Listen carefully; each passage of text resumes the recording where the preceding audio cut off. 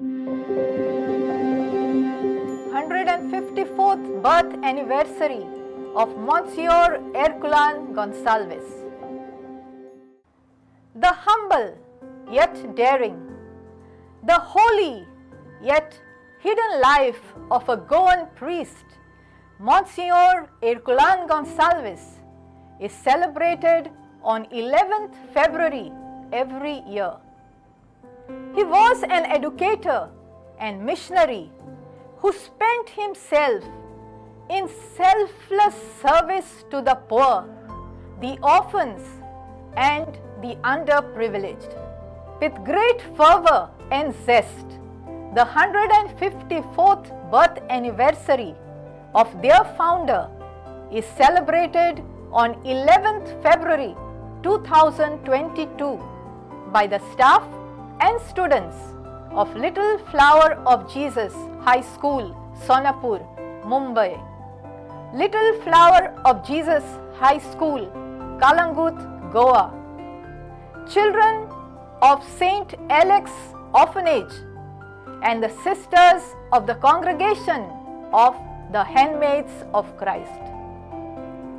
The Uerald of March 24th, 1950, the Avid of March 1951, and eulogies at the funeral of Msgr Herculano Gonsalves predicted that the memory of this man would never be erased from the minds and the hearts of the people of Goa. Nearly 72 years after his death, only a few people know the life of this saintly Goan priest. Herculano was born in Cana Benauli in Salsette, just a stone's throw from the home of Saint Joseph Vaz. Very little is known about his childhood or seminary days. He came into the limelight when he preached his first sermon on Maundy Thursday in the church at Kalangut. This sermon was so highly applauded that even the press published very high encomiums about his oratorical abilities. The subject of his sermon was humility. All his life he practiced what he preached that day. Soon after, he was transferred to Daman. As a professor, his method of teaching was very highly appreciated by the seminarians, who held him in high esteem not only as a professor but also as a friend, philosopher, and guide. Later in the parish church at Dabul and the chapel at Sonapur in the Padruado diocese of Bombay, Herculano here takes on a new avatar. His pastoral visits to the slums, koods, and homes brings him in actual contact with the sinful lives of some of his parishioners who had lost faith in God and were in a hopeless situation.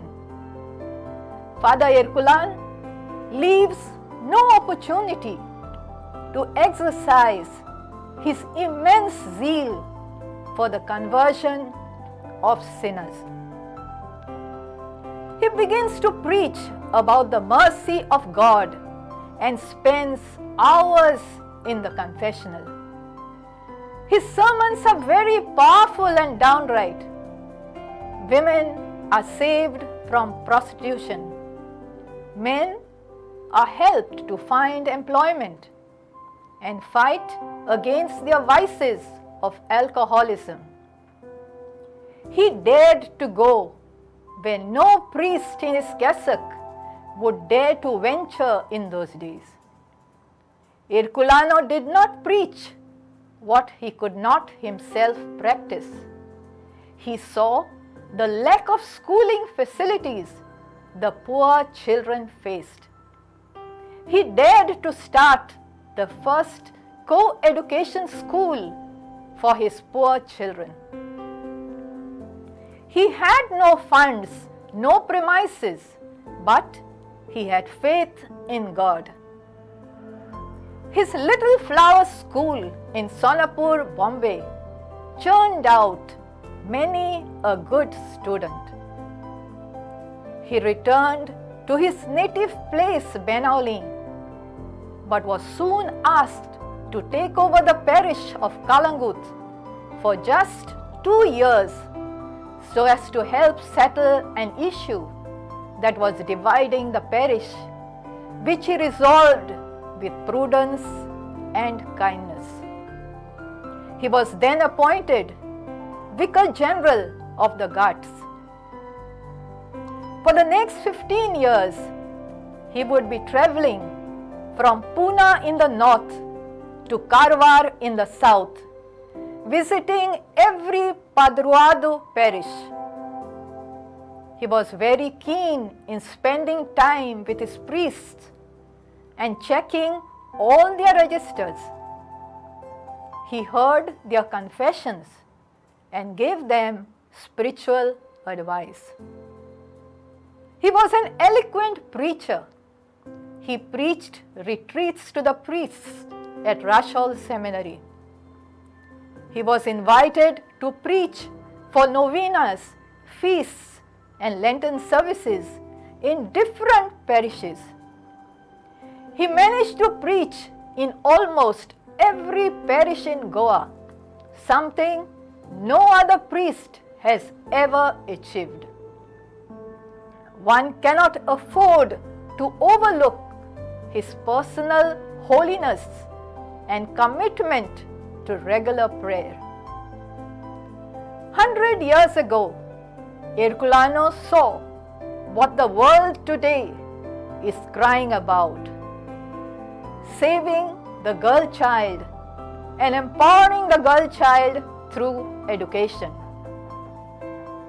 In Kalangut, he founded 3 institutions: St. Alex Orphanage for the protection of the girl child.